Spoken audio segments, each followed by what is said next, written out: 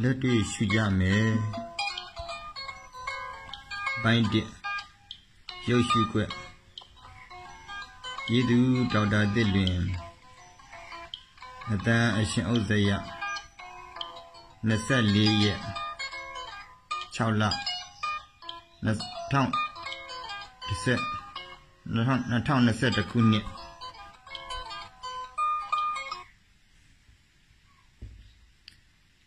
Dear Atu Jadu Alun Luluha, time weed Atu Yaga, Sajabadi.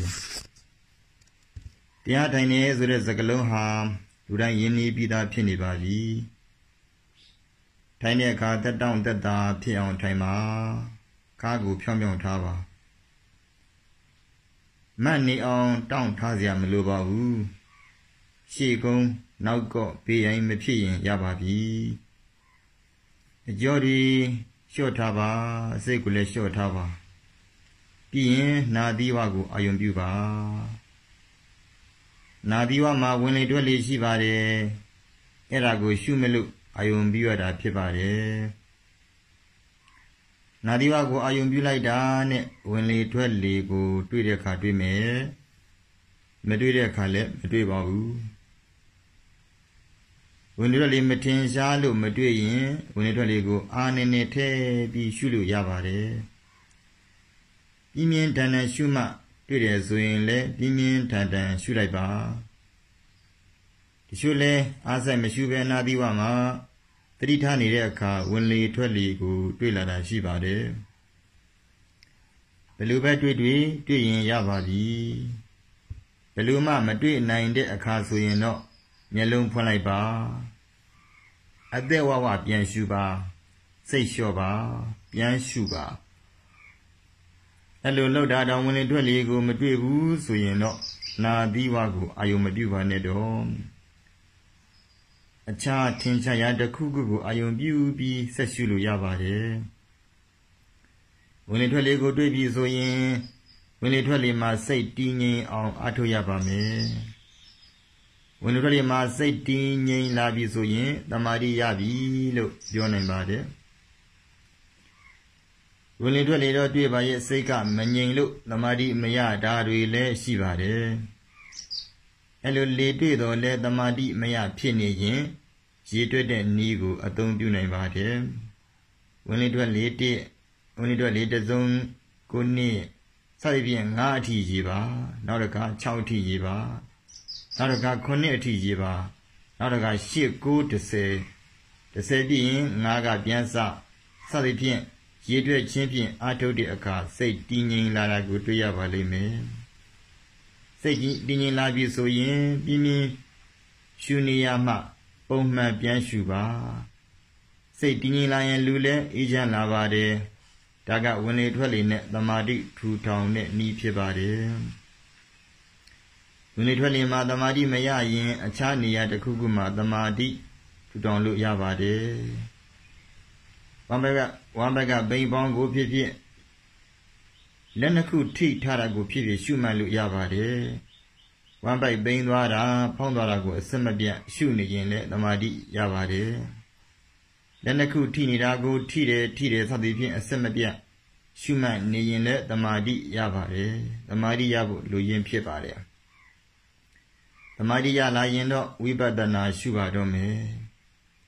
The Madi Zura Dani Yama Sego, Dini on Legend of Pibade. Wibadana Zuraga the Bo, the Bavarigo Shumada Pibade. The Maria Yen say Ijan Mare, Wibadana Pin, a Dinian Pibade. The Madi Lango said Dwayendo, say Ijamuri a Saint Yende Dwabi, Sandwi a Banyanui a Tit Yanan Bade. We better than language said Dwayin dog, a dinyan a sense near the Dwabi, Gilida dwe, your bab with one of Pibade. Gilidadi, a sense chonye be, another singer a bee dang, Lumio, Dama Pibade. We better not people the Madi Lubade, the Madi Mababe, we better not Pibabu, Dajon, we better not Lubiola yin, the Madi Ba. Babi look the Boboyama Pibi, we better than Yama leve the Madine, Ijamu Babi look the Boboyaba men. အဲ့ဒီတော့ဉာဏ်မပါတဲ့တမာရီလမ်းကိုသွားရင်လည်းရပါတယ်တမာရီမပါတဲ့ဉာဏ်လမ်းဆိုတာကတော့မရှိပါဘူးတမာတိပါတဲ့ဉာဏ်လမ်းကိုသွားလည်းရပါတယ်ဝိပဿနာလမ်းကိုသွားမယ်ဆိုရင်တမာတိမပါလို့မဖြစ်ပါဘူးလိုအပ်တဲ့တမာတိကိုသီးသန့်ထူထောင်ပြီးဝိပဿနာရှုလို့ရတယ်လို့ဝိပဿနာရှုရင်တမာတိထူထောင်သွားလို့လည်းရပါတယ်မြတ်သောအပြင်ဝင်လေထွက်လေနဲ့တမာတိထူထောင်ပြီးမှဝိပဿနာရှုလေရှိကြပါတယ်အခုဝိပဿနာကူးပါတော့မယ်ဝင်လေထွက်လေမှာစိတ်ကိုတည်ငြိမ်အောင်ထားနေတာကတမာတိထူထောင်တာဖြစ်ပါတယ်တူသွားတဲ့သဘောထိသွားတဲ့သဘောပူကနေဖြစ်သွားတဲ့သဘောအေးကနေဖြစ်သွားတဲ့သဘောတွေကိုရှုတာကဝိပဿနာဖြစ်ပါတယ်စိတ်တည်ငြိမ်အောင်တတ်တတ်မလုပ်ပဲတူသဘောထိသဘောပူသဘောအေးသဘောတွေကိုဓာတ်ရိုက်ရှုလည်းပဲရပါတယ်ဒါပေမဲ့ဓာတ်ရိုက်ရှုရင်းနဲ့စိတ်တည်ငြိမ်လာရမှာဖြစ်ပါတယ်စိတ်မတည်ငြိမ်ရင်တော့ဝိပဿနာဆက်ရှုလို့မရပါဘူးစိတ်လည်းငြိမ်နေသဘောတဘာဝတွေလည်းမြင်နေဆိုရင်ဝိပဿနာလမ်းကြောင်းပေါ်ရောက်ပါပြီစိတ်ငြိမ်ဖို့နဲ့သဘောတဘာဝကိုမြင်ဖို့နှစ်ခုစလုံးပြည့်စုံရပါမယ်တခုမပြည့်စုံရင်ဝိပဿနာမဖြစ်ပါဘူးတို့တဲ့တင်းနဲ့လှုပ်တယ်ပူတယ်အေးတယ်စတဲ့သဘောတဘာဝတွေဟာဒီလိုလုံးမှာအနှံ့ရှိပါတယ်ဘယ်နေရာကိုရှုဝိပဿနာဖြစ်ပါတယ်ဝင်လေထွက်လေမှာသမာဓိထူထောင်ပြီးဝင်လေထွက်လေမှာပဲဝိပဿနာရှုနိုင်တယ်လို့အခြားကိုယ်ပေါ်တဏှာမှာလည်းပဲဝိပဿနာရှုလို့ရပါတယ်ဝင်လေထွက်လေထင်ရှားနေရင်ဝင်လေထွက်လေကိုရှုပါဝင်လေထွက်လေတဲ့အခြားနေရာကထင်ရှားလို့ရှိရင်အခြားနေရာကိုရှုပါထင်ရှားရာနှစ်ခုလုံးသုံးခုဖြစ်နေလို့ရှိရင်ပိုပြီးစိတ်တည်ငြိမ်တဲ့နေရာပိုပြီးသဘောတဘာဝမြင်သာတဲ့နေရာကိုရှုပါတရားအထုတ်တဲ့အခါကိုယ်ကာယမှာဖြစ်ပေါ်နေတဲ့ရုပ်ဖောက်ပြန်မှုတွေကိုသတိထားနေရပါမယ်ထိုင်တဲ့အခါမှာရုပ်ဖောက်ပြန်မှုတွေဟာတင်ရှားပေမဲ့အတွေ့အမှုအရာပြုလုပ်နေတဲ့အခါမှာတော့ရုပ်ဖောက်ပြန်မှုတွေကိုသတိမထားမိဘူးဖြစ်နေတတ်ပါတယ်အမှန်ကတော့ရုပ်ဆိုတာအချိန်တိုင်းဖောက်ပြန်နေတဲ့တရားဖြစ်ပါတယ်ဘယ်လိုအမှုရာမှဖြစ်စေဘယ်လိုဣရိယာပုတ်မှဖြစ်စေဘယ်လိုအမှုရာမျိုးပါမှမဖြစ်စေအမြဲတမ်းဖောက်ပြန်ပြောင်းလဲနေပါတယ်အိပ်ပျော်နေရင်တော့ရုပ်ကတော့သူ့ဟာသူဖောက်ပြန်ပြောင်းလဲနေတာပါပဲဒီလောက်အချိန်ပြည့်ဖောက်ပြန်ပြောင်းလဲနေတဲ့ရုပ်တရားကိုထိုင်ချိန်မှသာရှုမှတ်ပွားများမယ်ဆိုရင်အဲ့ဒီဖောက်ပြန်တဲ့ရုပ်တပုတ်ကိုညှိငွေမှုမဖြစ်လာနိုင်ပါဘူးအမှန်တရားကိုချိန်မဲ့များစွာတွေ့နေမှဘယ်ချိန်ကြည့်အမှန်တရားကိုတွေ့နေမှအမှန်တရား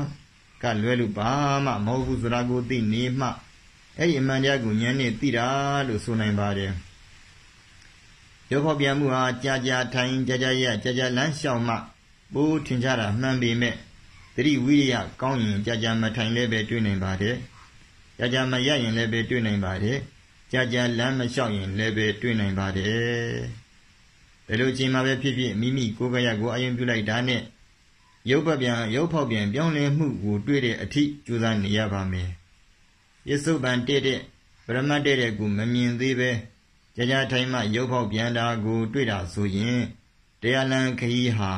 ရှေ့တိုးလိုက်နောက်ပြန်ရောက်လိုက်ဖြစ်နေပါလိမ့်မယ်ရှေ့ကိုတိုးပြီးသဘောပေါက်ရှင်နေဆိုရင်အချိန်တိုင်းဖြစ်နေတဲ့ရုပ်ဖောက်ပြန်မှုကိုများသိအောင်အထောက်ပါလို့တိုက်တွန်းလိုပါတယ်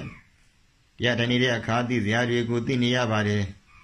သိစရာတွေကအများကြီးရှိပါတယ်ဒါပေမဲ့တရားဉာဏ်နဲ့သိသွားတာတွေကိုသိနေကျင်လို့တော့မရပါဘူးကိုယ်ဉာဏ်နဲ့မှီသလောက်ကိုပဲသိလို့ရပါတယ်ပထမဆုံးသိနိုင်တဲ့အသည့်ကတော့ကိုယ်ကာယကြီးမှာဖောက်ပြန်နေတဲ့ရုပ်တရားတွေရှိနေတယ်ဆိုတာပါပဲအဲဒီဖောက်ပြန်နေတဲ့ရုပ်တရားတွေဟာဒီကိုယ်လုံးမှာအချိန်တိုင်းရှိနေပါတယ်ဒါလေးကိုမြင်အောင်အရင်ကြည့်ရပါမယ်ကြည့်တဲ့အခါကိုကြည့်ကျင်တာကကိုကြည့်ကျင်တာကြည့်လို့မရပါဘူးသူပြတာကိုပဲကြည့်လို့ရပါတယ်ကိုကြည့်ကျင်တဲ့လောက်ကြည့်လို့မရပါဘူးသူပြတဲ့လောက်ပဲကြည့်လို့ရပါတယ်ဒီရှိကနှလုံးသွင်းကအရေးကြီးပါတယ်နောက်ပြီးတော့မှဝင်လေထွက်လေထင်ရှားနေရင်အဲ့ဒီမှာပြနေတဲ့တူသဘောထိသဘောပူသဘောအေးသဘောထ သဘောစသည်ဖြင့်သူပြနေတာကိုကြည့်ရပါမယ်ကြည့်နေတဲ့အခါအဲ့ဒီသဘောတွေကအမြဲတည်တတ်နေတာမဟုတ်ပဲဖောက်ပြန်နေတာကိုတွေးလိုက်မယ်ဖောက်ပြန်နေတယ်လို့နှလုံးသွင်းပြီးပြနေတာကိုရှုမှတ်နေရပါမယ်ဝင်လေထွက်လေမထင်ရှားတော့လို့ရှိရင်အခြားထင်ရှားရာတစ်ခုခုကိုရှုမှတ်နေရပါမယ်အဲ့လိုတစ်ခုလုံးမှာပေါ်နေပြနေတာတွေကိုတစ်ခုပြီးတစ်ခုရှုမှတ်နေရပါမယ်ရှုတဲ့နေအားတွေသာပြောင်းသွားမယ်ရှုစရာသဘောတရားတွေကအတူတူပါပဲဆိုတာကိုတွေ့ပါလိမ့်မယ်အဲ့လိုဖောက်ပြန်နေတဲ့သဘောတွေကိုရှုမှတ်ပွားများနေတာကိုကာယ ानु ပတနာတတိပဋ္ဌာန်ရှုတယ်လို့ခေါ်ပါတယ်တရားထုတ်သူတိုင်းလိုကာယ ानु ပတနာတတိပဋ္ဌာန်ကိုပွားလေရှိကြပါတယ်ဒါပေမဲ့သူပြတာကိုပြတတ်လောက်ပဲရှုတာထက်ကိုရှုရင်နာကိုရှုနေတတ်တာလေးတွေရှိနေကြလို့တတိပေးလိုက်ရပါတယ်တရားထုတ်သူအလုံးနိဗ္ဗာန်ဟာခန္ဓာ၅ပါးကိုကြားဘူးနာဘူးကြပါတယ်ကြားဘူးကြပေမဲ့တွေ့ဘူးသူတော်တော်ရှားပါတယ်ကြားဘူးတဲ့တရားဟာမတွေ့ဘူးသေးဘူးဆိုရင်တကယ်တရားသိတာမဟုတ်သေးပါဘူးစာသိဉာဏ်သိကတော့ကုသိုလ်တော့ရပါတယ်ကိုယ်တိုင်သိဖြစ်အောင်အားထုတ်ဖို့လိုပါတယ်ခန္ဓာ၅ပါးမှာရှုမှတ်ဖို့အလွယ်ကူဆုံးကရုပ်ခန္ဓာဖြစ်ပါတယ်ရုပ်ခန္ဓာဆိုတာရုပ်တွေအလုံးကိုပေါင်းစုပြီးတော့ခေါ်တာဖြစ်ပါတယ်တရားအထုတ်သူကရုပ်အကုန်လုံးရဲ့အပေါင်းစုကိုမတွေ့နိုင်ပါဘူးထင်ရှားတဲ့ရုပ်တွေလောက်တွေ့ရင်လုံလောက်ပါပြီပထဝီရုပ်ဒေဇောရုပ်ဝါယောရုပ်တွေကထင်ရှားပါတယ်ထင်ရှားပါတယ်ဆိုတဲ့အဲ့ဒီရုပ်တွေကိုဖြစ်ဖြစ်ချင်းတွေ့နိုင်ဖို့မလွယ်ပါဘူးဖြစ်ဖြစ်ချင်းတွေ့အောင်လေ့ကျင့်ပေးနေရပါတယ်ဖြစ်ဖြစ်ချင်းတွေ့ဖို့ကိုယ်ကာယကိုအယုံပြုနေရပါမယ်ကိုယ်ကာယကြီးကယုံမဟုတ်ပါဘူးပညာကြီးပါကိုယ်ကာယမှာဖြစ်ပေါ်နေတဲ့ဒုသဘောလှုပ်သဘောတင်းသဘောကြံသဘောပူသဘောအေးသဘောတွေကိုသတိထားရပါမယ်သတိထားလာတဲ့အခါအဲ့ဒီသဘောတွေမမြဲပဲဖောက်ပြန်နေတာကိုတွေ့ရပါမယ်အဲ့လိုတဲ့တွေ့မှရုပ်ကိုတွေ့တာဖြစ်ပါတယ်ဘယ်ရုပ်ပေါ်ဒီသဘောပဲလို့သိလာတဲ့အထိအားထုတ်ရပါမယ်အဲ့လိုသိပြီးဆိုမှရုပ်ခန္ဓာကိုတွေ့သိတာဖြစ်ပါတယ်ကိုယ်တွေ့သိတာများလာမှမမြဲသဘောဆင်းရဲသဘောကိုမပိုင်တဲ့သဘောတွေကိုထပ်တွေ့ပါလိမ့်မယ်ခန္ဓာ၅ပါးစလုံးကိုသိမ့်ကြုံပြီးစာသိတင်သိနဲ့သိထားပေမဲ့လက်တွေ့သိနိုင်ဖို့ကခန္ဓာတစ်ပါးချင်းလေ့ကျင့်ရပါလိမ့်မယ်တရားမရကြတာဟာအပြောနဲ့ပဲသိနေတာဖြစ်ပြီးအလေးအကျင့်စနစ်မကျလို့ဖြစ်ပါတယ်ဝင်လေထွက်လေကိုအဆက်မပြတ်သိနေအောင်သတိထားတဲ့အခါစိတ်နေစိတ်ထားအလွန်အရေးကြီးပါတယ်သိကျင်တာတွေသိများနေတဲ့စိတ်နဲ့မရှုမှတ်ရပါဘူးဝင်လေထွက်လေလွတ်သွားမှကြောက်တဲ့စိတ်နဲ့လည်းပဲအာမထုတ်ရပါဘူးဟိုတွေးဒီတွေလည်းပဲမလွတ်ရပါဘူးစိတ်အေးထားပါမလွတ်အောင်သိနေပါမလွတ်အောင်သိနေတဲ့အခါဆိုရင်နာပူပန္တာသာယာတာကျင့်တတ်တာဖြစ်လာရင်လည်းပဲအဲ့ဓာတွေကိုသတိထားနေပါသတိထားလိုက်လို့ရှိရင်ရော့ပါသွားပါလိမ့်မယ်အလိုလိုက်ရင်ကမ္မထံပျက်စီးသွားပါလိမ့်မယ်အဲ့ဓာတွေကိုနိဝရဏလို့ခေါ်ပါတယ်လူတိုင်းမှာနိဝရဏရှိပါတယ်နိဝရဏဖြစ်လို့ဖြစ်မှမသိရင်နိဝရဏကတမ်းမို့သွားပြီးရှုွက်ပြတ်သွားပါလိမ့်မယ်အဓိကဝင်လေထွက်လေကိုရှုမှတ်နေခြင်းမှာခံစားချက်တွေကိုရှေ့တန်းမတင်ပါနဲ့ခံစားချက်တွေဖြစ်လာရင်တတိကြီးထားပြီးခံစားချက်မကြီးထွားအောင်ဂရုစိုက်ပါဒီစဉ်ကိုမကြောနိုင်ရင်တမာတိမရပါတရားတို့သူအလုံးမှာဖြစ်နေတဲ့အခက်အခဲတစ်ခုကကိုရှုနေတဲ့အာယုံလွတ်သွားမှစိုးရိမ်နေကြတာပဲဖြစ်ပါတယ်ဝင်လေထွက်လေရှုနေစဲမှာဝင်လေထွက်လေကိုမတွေ့တော့မှစိုးရိမ်တယ်လို့အခြားနေရာကတစ်ခုပေါ်လာရင်လည်းပဲဝင်လေထွက်လေပဲဆက်ရှုရမလားပေါ်ရကိုပဲပြောင်းရှုရမလားနဲ့ဗျာများနေတတ်ပါတယ်ပင့်ကူဥပမာကိုလည်းနားထောင်ဘူးတာတော့ပေါ်ရအာယုံကိုအလွယ်တကူပြောင်းလိုက်လိရှိပါတယ်